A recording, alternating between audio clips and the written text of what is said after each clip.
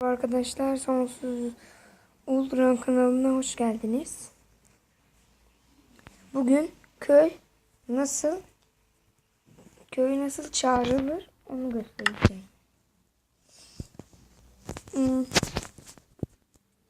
Survival kreatif fark etmez. Birini survival yapalım. Buraya kafadan yazın, böyle bir şeyler verelim. Ondan sonra buraya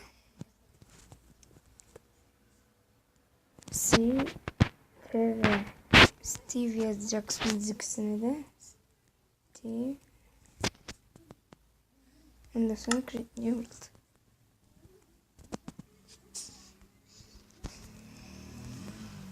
Aha, bakın, köyde doğduk. Yani çok kolay bir şey. Steve yazınca karşınıza çıkıyor. Bir tane yolu var. Belki birden fazla var ama ben iki tane biliyorum.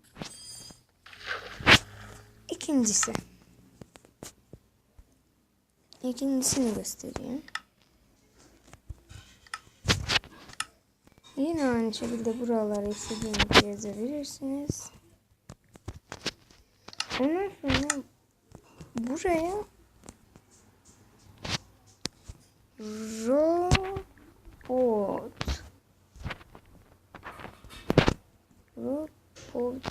yazacaksınız. Buraya da robot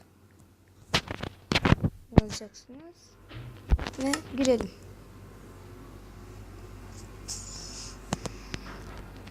Ve gördünüz değil mi? Gördüğünüz gibi burada bir köy.